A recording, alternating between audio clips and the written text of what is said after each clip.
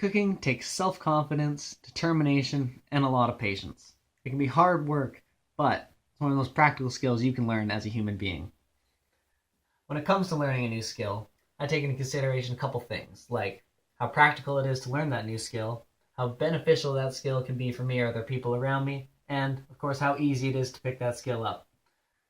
When it comes to cooking, I've checked all those boxes off, and I've become determined to get as good as I can at it.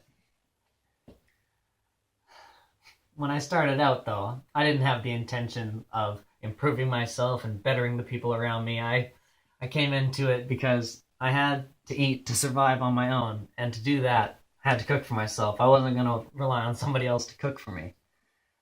So I learned a few simple things in the kitchen that allowed me to survive long enough to get to the point I am now, where I can find the things that I need to make me feel healthy and happy as a human being.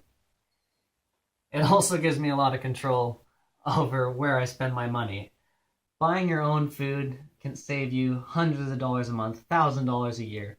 It gives me so much more time to do the things I like to do, like get better at cooking or clean the house, fun stuff like that.